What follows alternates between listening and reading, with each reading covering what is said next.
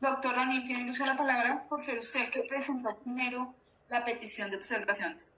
Gracias, su señoría. Debo indicar que el escrito de acusación que hoy nos convoca adolece casi que por completo de los requisitos del artículo 337, en especial de lo dispuesto en el numeral segundo,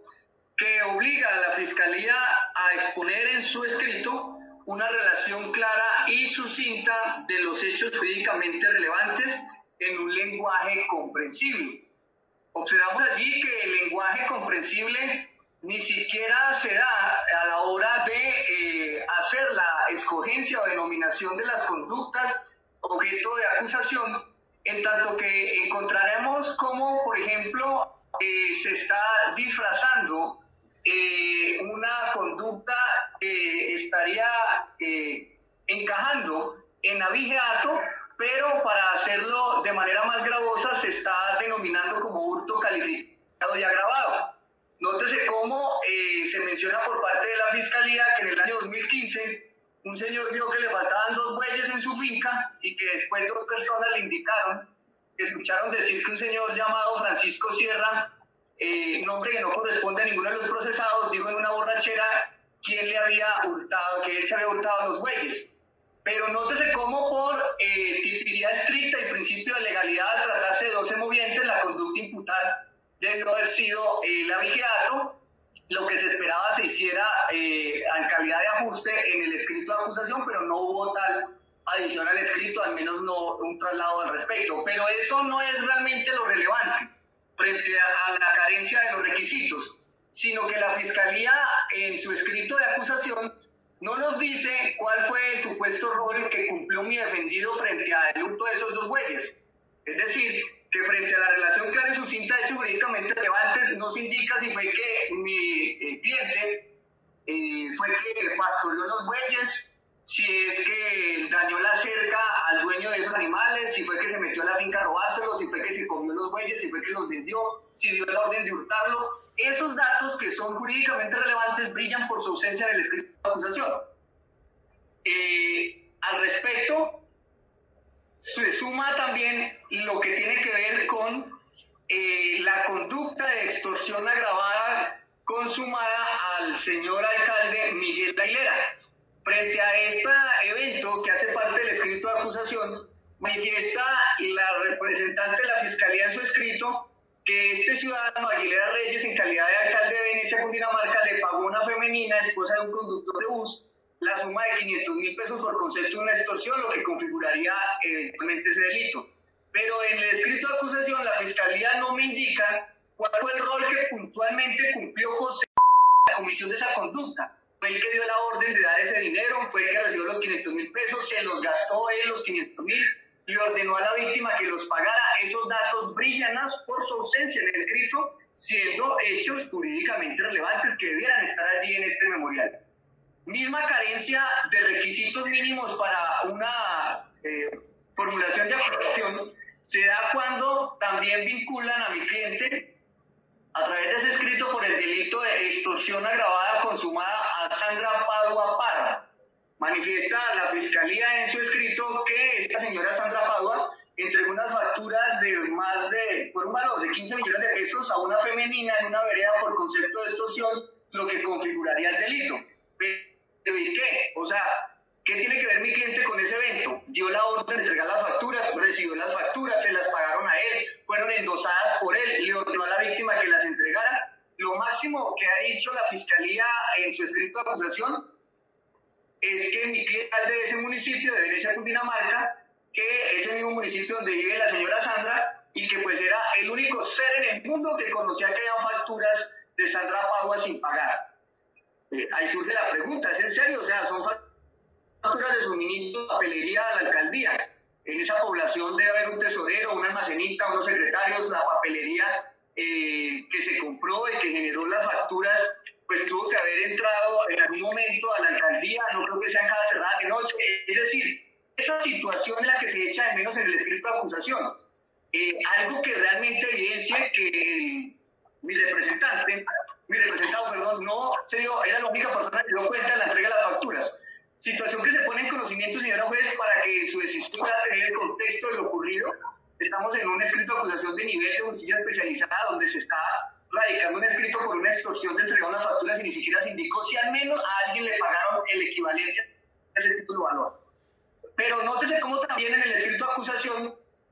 se menciona que se configuraría a través de estas conductas el hurto de los bueyes, que no se sabe qué pasó, el pago a Miguel Aguilera, que no se sabe qué participación tuvo en ese pago de los 500.000 pesos, y el tema de las facturas, que tampoco se dice cuál fue la participación en ese evento, que configurarían esos tres eventos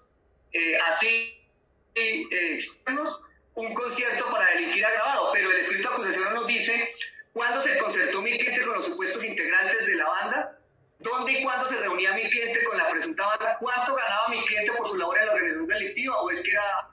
en un trabajo, qué rol desempeñaba la organización, cómo se llama la organización, cuál es el organigrama de la supuesta empresa criminal, o sea, hay una estructura definida o todos hacían de todo un poquito. No lo sabemos en el escrito de acusación, eso no está relacionado, a pesar de la obligación de relacionar de manera clara y sucinta los hechos jurídicamente relevantes. Pero esa ambigüedad, brevemente expuesta, se va alimentando de otras situaciones que ya venían siendo advertidas desde sedes anteriores a través de vías de tutelas y demás. Y es que el escrito de acusación pretende ampliar la formulación de imputación, señor juez. Nótese que, por ejemplo, en el escrito nos dice en la página 7, que en su párrafo final, que un señor de nombre José del Carmen Morales dijo que una persona de apellido Sierra, apellido que no corresponde ni a mi cliente ni a los demás procesados, le hizo varias llamadas para que pagara 20 millones de pesos. Eso es un evento delictivo que está señalando la Fiscalía en su escrito de acusación. ¿Pero y qué? ¿El señor pagó o no pagó? ¿Cuál es la participación de mi cliente en esas llamadas de José del Carmen? No lo sabemos. Pero resulta que este caso del evento de José del Carmen Morales y un supuesto pago de 20 millones de pesos no hace parte de la formulación de imputación, lo que significa que a través del escrito de acusación la Fiscalía pretende hacer una nueva formulación de imputación, una adición a la imputación, lo cual pues obviamente raya con los protocolos o los formalismos del proceso penal. Es un extraño fenómeno de imputación por vía de escrito de acusación, pero aunque allí esto llegara eventualmente a ser avalado por la judicatura, no se cumplió en esa adición irregular con una exposición de qué fue lo que hizo frente a José del Carmen. Si revisamos ese párrafo de esa página 7, señala la Fiscalía al referirse a José del Carmen que, abro comillas, obtuvo conocimiento y que al igual que varias personas del sector también habían recibido llamadas extorsivas, cierro comillas. Varias personas son cuántas, 2, 3, 10, 100, 200, ¿quiénes son esas personas para que la defensa pueda llegar a entrevistarlas? ¿Esas personas pagaron o no pagaron? ¿Qué tuvo que ver mi cliente con esas llamadas? ¿Marcaba él, escogía a las personas que llamaban? No se sabe qué hizo en ese momento con el que hoy se me está sorprendiendo en el escrito. Y hablando de esas ambigüedades y irregularidades que se están tramitando por sede de observación, ni qué decir de la que se aprecia en la página 8 del escrito de acusación, donde se afirma que un concejal señaló haber recibido amenazas de la guerrilla luego de una supuesta pretensión de mi cliente en cuanto a la elección de un personero municipal. ¿Qué tiene que ver eso con el caso, señora juez? Pregunta que surge porque ese evento delictivo, que hoy hace parte del escrito de acusación, jamás fue objeto de formulación de imputación. Es más, en la tipificación que se aprecia en el escrito de acusación, no se observa por ningún lado el delito de amenazas, que está en el artículo 347 de la ley 599. Y la Fiscalía no tendría la posibilidad de hacer una adición de delitos en ese escrito de acusación por hechos que no imputó nunca. Entonces queda mi cliente en una indefensión de no saber por qué va a ser llamado a juicio, porque una cosa le imputan y otra cosa es lo que dice el escrito de acusación. Como si ya eso no fuera suficiente, en la página 9 del escrito, continuando bajo las críticas de la relación clara y sucinta de los hechos jurídicamente relevantes, encontramos que se crea el evento de exigencia económica del concejal para no ser declarado objetivo militar. Así lo dice la página 9. Eso no fue objeto de imputación tampoco. Se habla ahora de una exigencia económica a un señor Chambueta y eso, pues, que lo que quiere hacerse es una adición a la formulación de imputación doblemente. O sea, no solo la adición que ya había mencionado, sino esta que altera la situación fáctica de una manera osada, al traerse a colación incluso en el escrito de acusación, dice que la comisión de un homicidio, el de un señor López Moreno, y unas amenazas a una señora Diana Maritza Barbosa, a pesar de que ni el delito del homicidio, ni el de las amenazas derivadas de ese presunto homicidio, están en el listado de las conductas por las que se radicó el escrito. Es decir, que no hay congruencia no solo entre la imputación y la acusación, sino que no hay congruencia ni siquiera al interior del mismo escrito de acusación. Pues una parte del documento va por un lado y el resto del escrito de acusación va por otro lado. Y esa discrepancia generaría una eventual nulidad, porque básicamente, como están las cosas en este expediente, voy a tener que volverme a una especie de pulpo, porque es como si la situación fáctica fuera por un camino y la situación jurídica fuera por otro. Tanto que parece que el escrito de acusación que hoy nos convoca fuera de otro proceso. Lo digo porque en la página 12 del escrito, ahora se dice por parte de la Fiscalía que mi cliente tenía que darle el 20% del presupuesto municipal a la supuesta organización delictiva de la que presuntamente hace parte. Entonces ahora sí queda uno más confundido al revisar el escrito, porque eso no tiene nada de relación clara y sucinta de hechos jurídicamente relevantes, porque hágame el favor, o sea, ahora mi cliente en un mismo proceso pasaría a ser de presunto victimario a presunta víctima de extorsión en un mismo escrito de acusación. Aspecto que ha sido censurado por la jurisprudencia nacional, como recientemente lo expresó la Honorable Corte Suprema de Justicia el pasado 9 de septiembre del 2020 en la sentencia SP-3329 del 2020 de la radicación 52901 de la Honorable Magistrada Patricia Salazar Cuellar, que causó oficiosamente una sentencia decretando una nulidad, valga la redundancia, oficiosa, señalando que no está permitido a la Fiscalía realizar imputaciones o acusaciones con un escenario fáctico alternativo o que sea excluyente entre sí, porque con ello se dificulta en grado sumo la defensa, y es por eso que esa observación se ponen a consideración estas novedades, porque no sé si mi cliente era o miembro de la organización y le extorsiona a otros, o si era él el extorsionado y que tenía que pagar el 20% del presupuesto municipal a la banda. O sea, o extorsiona o es el extorsionado, pero las dos cosas es imposible. Y surge una reflexión argumentativa. Si una organización se supone que recibe el 20% de la contratación municipal, pues qué lógica tendría darle pidiendo 500,000 pesos a un alcalde como Miguel Aguilera. Pero esa confusión de si mi cliente llega a este proceso como acusado o como víctima se respalda en la misma página 12, donde se dice que el supuesto jefe de la banda ponía a mi cliente a brindarle medicamentos a la organización.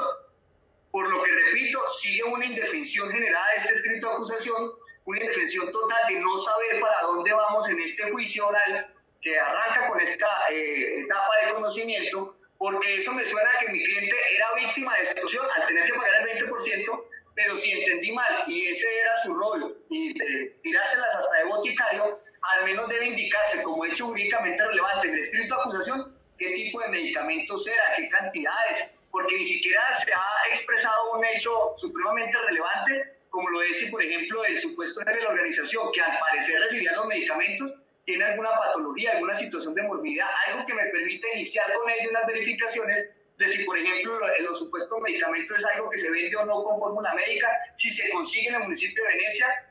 situaciones que se echan de menos en el escrito por las graves falencias que estoy exponiendo. Pero las novedades no terminan ahí, señora juez, frente a los formalismos que debe tener el escrito de acusación, porque si pasamos a la página 13, se dice que mi cliente tenía la misión de recogerle dinero de extorsión a 3 ciudadanos en particular: Pedro Apolinar, Juan Carlos Cárdenas y Fernando García. O sea, aparecen en escena 3 eventos de extorsión nuevos que no sé qué hacen en el escrito de acusación si nunca fueron objeto de formulación de imputación. Es decir, que estaría el escrito de acusación pretendiendo convertirse en una formulación de imputación nuevamente. No haciéndolo ante un juez de control de garantías, sino haciéndolo ante la señora juez de conocimiento. Y además escuetamente, porque nótese cómo se está modificando sin timidez alguna la situación fáctica, que es lo que no se puede tocar. Por eso, repito, parece que el escrito de acusación fuera el de otro proceso, porque las presuntas extorsiones de estos 3 señores, Apolinar, Cárdenas y García, en la imputación brillaron por su ausencia, no tendrían nada que hacer en el escrito. Ahora bien, si se va a permitir por parte de la judicatura esa alteración descomunal de la situación fáctica, permitiendo sumarle cuanta cantidad de eventos nuevos a la Fiscalía se le ocurran en el escrito, que no fueron imputados, pues al menos lo mínimo que se espera es que le digan a mi cliente en el escrito cuánto le recogió a esas 3 personas y en qué fechas al menos fueron esas 3 extorsiones, para que la defensa pueda tan siquiera hacer cuenta de si la conducta prescribió o no prescribió. Pero pero ni siquiera esos datos tan básicos de la fecha de ocurrencia de las presuntas extorsiones a estas 3 personas nuevas con las que se nos sorprende en el escrito, pues se suministran en el escrito, es decir, que brilla por su ausencia cualquier dato. Las famosas circunstancias de tiempo, modo y lugar, que se echan de menos. Pero ni modo de preguntarle esos datos a esas 3 personas, señora juez, porque el escrito de acusación está tan mal, pero tan mal hecho, que en el acápite de víctimas pues no aparece ni el nombre del señor de los bueyes, que debería estar allí en el escrito de acusación, ni mucho menos está la señora de las supuestas facturas relacionadas en el acápite de víctimas, tampoco está relacionado el señor Miguel Aguilera en el acápite de víctimas, y tampoco está las 3 personas Apolinar, Cárdenas y García, es decir, que tampoco aparece la obligación de la Fiscalía de indicar pues cuáles son las víctimas para que al menos el despacho pueda convocarlas a una audiencia como la que hoy nos encontramos. Surge la pregunta, ¿cómo va a hacer la señora juez de conocimiento para dar cumplimiento al artículo 340 de la ley 906 si el insumo para el reconocimiento de la víctima es el escrito de acusación y allí no aparecen los nombres de las personas por las cuales se va a formular acusación y donde ellos se supone son víctimas? ¿Pretenderá acaso la Fiscalía que la señora juez adivine quiénes son las víctimas? Porque en los caboncitos, eso que lo manejan con formatos, los nombres de las víctimas brillan por su ausencia, porque repito, allí están nombres de la familia Matiz que no tienen nada que ver con la audiencia de formulación de acusación en la que nos encontramos. Es tal la indefensión que genera este escrito de acusación y que de continuarse allí o no corregirse ese escrito, no devolverse a la Fiscalía por las fallas estructurales y gravísimas de este documento, que ni siquiera aparece cuál es la actividad de Francisco Sierra Galeano frente a las personas que hoy están sentadas en el banquillo de los acusados, porque si se supone, señora juez, que Sierra Galeano era el que dirigía la organización, así se extrae del contenido del escrito, y pues cómo es que esta persona no fue arrimado a este expediente, tanto así que en la página 20 se dice, abro comillas, se continúa con el proceso en etapa de indagación preliminar con el CUI 2015-823 en contra de Francisco Sierra, cierro comillas. Entonces no me queda claro si es que mi cliente trabajaba para un señor Francisco Sierra, comete estos 3 eventos, más los que le quieren anexar ahora, convirtiendo el escrito de acusación en una formulación de imputación, y que estaban a cargo de Francisco Sierra, pero si Francisco Sierra ni siquiera aparece en el proceso vinculado, porque él está en etapa de indagación preliminar, siendo supuestamente el jefe de la organización. Escenario muy complejo, muy confuso, que incumple ese requisito del numeral segundo del artículo 337. Eso dentro de las observaciones, que no es algo que la defensa quiera exigir por protocolos ni por desgastar la Fiscalía, sino que es que el artículo 337 señala el escrito de acusación deberá, o sea, no es si quiere, no es un favor, es una imposición legal, deberá tener esa serie de relaciones y ello brilla por su ausencia. En cuanto a lo que tiene que ver con la exigencia del numeral quinto, pues también tenemos un inconveniente en lo que tiene que ver con los datos de los testigos. La Fiscalía tiene la obligación de indicarle el nombre, dirección, datos personales de los testigos o peritos cuya declaración se solicita en juicio. Y pues si bien vemos que a partir de la página 21 aparece una serie de testigos, pues nótese que allí, si la defensa quiere saber dónde están, pues le tocará utilizar, lo digo con fines pedagógicos, una bola de cristal o algo similar, no sé, no se me ocurre, porque en esa página 21 aparece que tenemos testigos como Edi Lorena, Emerson, José Liciano, Héctor Humberto, Diana Maritza, y pasamos a la página 22 y encontramos también un enorme listado como el de Sandra Padua, José del Carmen, Edgar Barbosa y Miguel Andrés Aguilera. Pero su señoría, la obligación de decir la dirección y los datos personales es un formalismo que brilla por su ausencia y que imposibilita a la defensa poder dar una orden a un investigador a que vaya y practique unas entrevistas cuando no tengo la posibilidad de saber cuál es el lugar de ubicación de estas personas, a pesar de que el legislador, desde esta ley, que es del año 2004, hace 16 años, le impuso esa carga al ente investigador y la Fiscalía no ha cumplido con ello. Hay otras personas que sí se mencionan, al menos el cargo en el que están, pero pues esa no es cumplir el requisito como yo quiera, sino como lo dice la norma. Dentro de las demás falencias también pues, se encuentra que es obligación de la Fiscalía en su escrito de acusación el del numeral F, el del literal F de ese mismo artículo quinto, el literal F del numeral quinto de ese mismo artículo 337 que dice que la Fiscalía debe indicar cuáles son los elementos favorables al acusado que tenga pues la Fiscalía. Eso es una obligación plantearlo al interior del escrito de acusación, y ese requisito que incluso el legislador también brilla por su ausencia. Considero que de esa manera, señora juez, he expuesto las observaciones que se encuentran en el escrito, que son novedades que vienen heredadas desde la formulación de imputación y que por lo tanto la Fiscalía tuvo el tiempo suficiente para poderlas corregir. Y que al no haberlo hecho hasta el momento, a pesar de 3 intentos de hacer esta audiencia de acusación, pues me obliga a planteárselo para no convalidar ello y de esa manera pues poder eventualmente hacer las alegaciones pertinentes en sede de juicio oral. Esa es mi intervención, señora juez. Muchas gracias. Gracias, doctor Daniel. Doctor Yesid, tiene el uso de la palabra. Muchas gracias, su señoría. Igualmente que el colega de la defensa que me antecedió, el doctor Neira Ríos, también voy a proceder a plantear observaciones sobre el escrito de acusación. En primer lugar, tengo que decir que, en grosso modo, tengo acotadas 15 observaciones. La primera de ellas, su señoría, es que, en efecto, el escrito de acusación,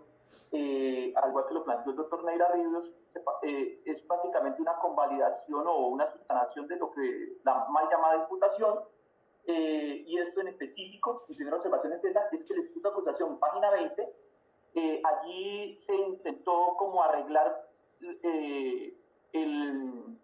adefesio jurídico de la imputación, en el sentido de que la conclusión a la que llega la Fiscalía de imputar las conductas punibles a mi representada, en específico el uso calificado y agravado, la extorsión en concurso y el concierto para delinquir, no fue clara la Fiscalía si fue a título de autora o si fue a título de coautoría,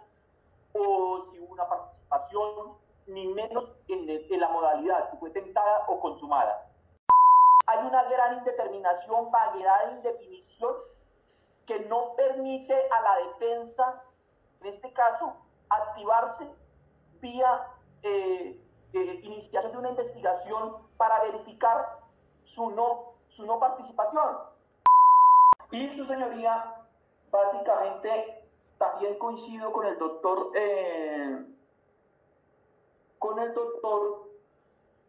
el doctor Neira en cuanto a que el escrito de acusación, esa es mi última nota que tengo por acá, pues en efecto adolece, no hay datos de los testigos para que la defensa activa pueda llegar a trabajar. Grosso modo, su señoría, esas son mis observaciones sobre el escrito de acusación, insistiendo que leyéndolo realmente yo no veo que la Fiscalía haya hecho un esfuerzo de abstracción, y es la cita del supuesto de hecho de la norma que ha... Pero ya, doctor, creo que ya está solucionado. ¿Listo? Bueno, sí. Muchas gracias, señoría. No, pero yo no le contesté. Nuevamente le solicito, por favor, ya que... la llamada. Doctor Ciro, qué pena. Muy bien, doctor, gracias, doctor. Ciro, qué pena, ¿será que eso se puede...? Estoy hablando con él, tiene problemas de internet, pero ya se está tratando de conectar. Ya se conectó, ya, Johncito, ya se conectó. Entonces, doctor Ciro, gracias. Bueno, doctores, ya hemos escuchado la intervención. Como es deber de esta funcionaria también, pues, en aras de buscar pues esa redireccionar los procesos en la mejor manera dentro de los roles de cada sujeto procesal. Desde el curso 90 de los oficiales, donde aprendió con casos reales, y su gran escuela, la policía, cómo ejercer